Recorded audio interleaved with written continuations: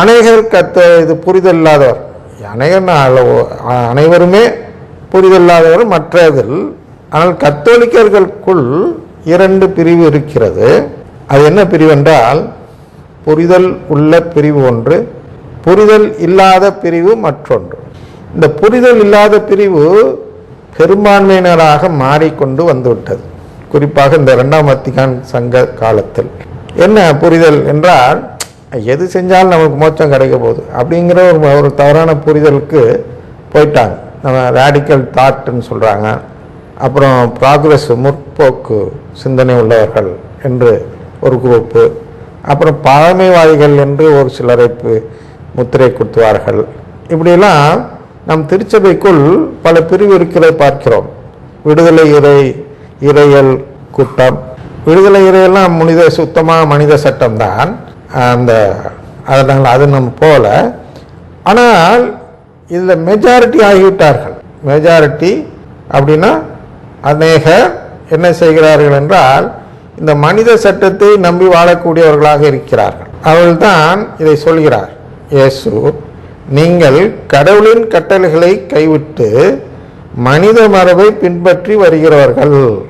அப்போ கடவுளின் கட்டளை தான் நான் உங்களுக்கு வாசி காட்டினேன். தொடக்க நூலில் 2வது அதிகாரத்தில் இந்த 16-17 சொல்லப்படுகிறது அல்லவா.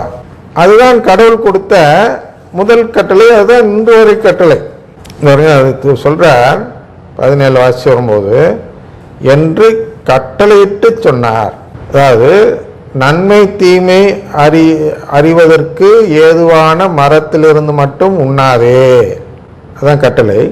ஏனெனில் அதிலிருந்து நீ உண்ணும் நாளில் சாகவே சாவா என்று கட்டளையிட்டு சொன்னார். அப்போ அங்கே ஒன்று சொல்கிறார். என்ன சொல்கிறார்? அந்த சாவு தரும் மரத்திலிருந்து உண்ணாதே.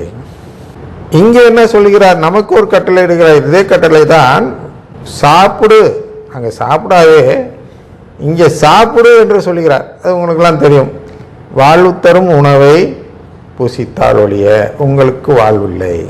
யோவான் 6:53 எடுத்தோம் என்றால் அதை சொல்கிறார் இல்லையா. வருவோம், அதெல்லாம் உங்களுக்கு தெரிஞ்சதுனால. இன்னொரு விஷயம் என்ன தெரியும்னா, ஏன் இவர்களை வெளியே அனுப்புகிறார் பாருங்க. 3:22 தொடக்க நூலில் 3:22 எடுத்தீர்கள் என்றால் அதற்கான காரணம் சொல்கிறார்.